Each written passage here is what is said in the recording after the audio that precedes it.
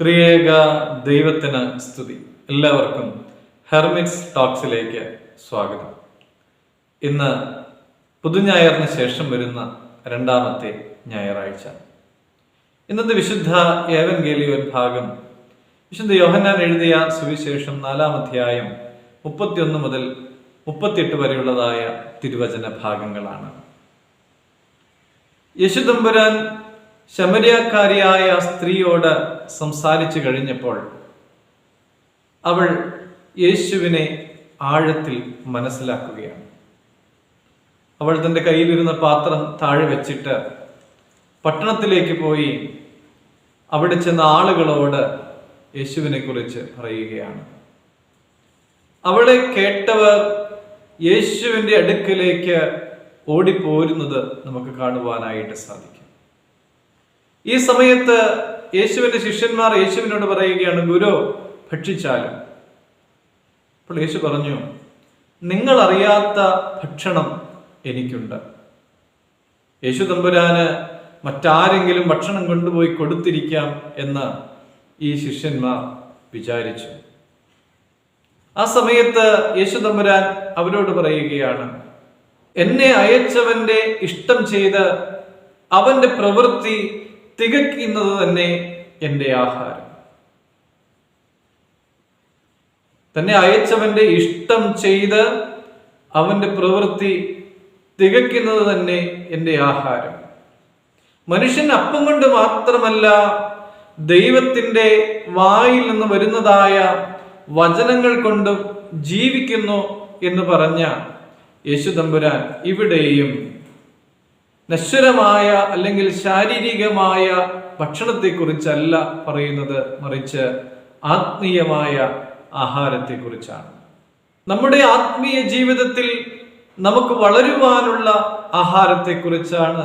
അത് ദൈവത്തിൻ്റെ ജീവനുള്ള വചനമാണ്. ഈ ദൈവത്തിൻ്റെ ജീവനുള്ള വചനം ശ്രവിക്കുമ്പോൾ, അത് മനസ്സിലാക്കുമ്പോൾ മാത്രമാണ് ദൈവത്തിൻ്റെ ഇഷ്ടം എന്താണ് എന്നും ദൈവത്തിൻ്റെ പ്രവൃത്തി എന്താണ് എന്നും നമുക്ക് തിരിച്ചറിയുവാനായിട്ട് സാധിക്കുന്നത്. ദൈവത്തിൻ്റെ ഇഷ്ടത്തെക്കുറിച്ച് 1 തെസ്സലോനിക്കർ 4-ാം അധ്യായം 3-ാമത്തെ തിരുവചനത്തിൽ പറയുന്നുണ്ട്, ദൈവത്തിൻ്റെ ഇഷ്ടമോ നിങ്ങളുടെ വിശുദ്ധീകരണം തന്നെ. നമ്മൾ എല്ലാവരും വിശുദ്ധിയിൽ ജീവിക്കുക എന്നുള്ളതാണ് ദൈവത്തിൻ്റെ ഇഷ്ടം. അങ്ങനെയെങ്കിൽ ദൈവത്തിൻ്റെ പ്രവൃത്തി എന്നുള്ളത് ദൈവത്തെ അനുസരിക്കുക എന്നുള്ളതാണ്. പിതാവായ ദൈവത്തിൻ്റെ ഇഷ്ടത്തിന് അനുസൃതമായിട്ട് മനുഷ്യനായി ഈ ഭൂമിയിലേക്ക് അവതരിച്ച് ഒരു ദാസന്റെ വേഷം ധരിച്ചുകൊണ്ട് മനുഷ്യനെ പോലെ ജീവിച്ച് എല്ലാവിധമായ കാര്യങ്ങളിലും മനുഷ്യനെ പോലെ ആയിത്തീർന്ന് മറ്റുള്ളവരെ സഹായിച്ച് മറ്റുള്ളവർക്ക് നന്മ ചെയ്ത് മറ്റുള്ളവരുടെ കഷ്ടതകളിലും പ്രയാസങ്ങളിലും നൊമ്പരങ്ങളിലുമൊക്കെ പങ്കുചേർന്ന് കഷ്ടതകളൊക്കെയും സഹിച്ച് കാൽവരിയിലെ ക്രൂശിൽ എനിക്കും നിനക്കുമൊക്കെ വേണ്ടി യാഗമായി തീർന്ന ആ യേശു തമ്പുരാനെ അനുസരിക്കുക എന്നുള്ളതാണ്.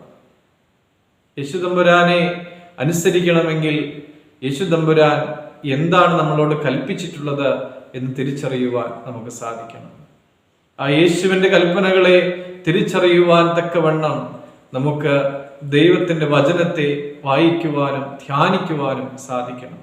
ആ കൽപ്പനകളൊക്കെ മനസ്സിലാക്കി അതിനനുസരിച്ച് നമ്മുടെ ജീവിതത്തെ ക്രമപ്പെടുത്തി മുന്നോട്ട് പോകുവാനായിട്ട് നമുക്ക് സാധിക്കണം.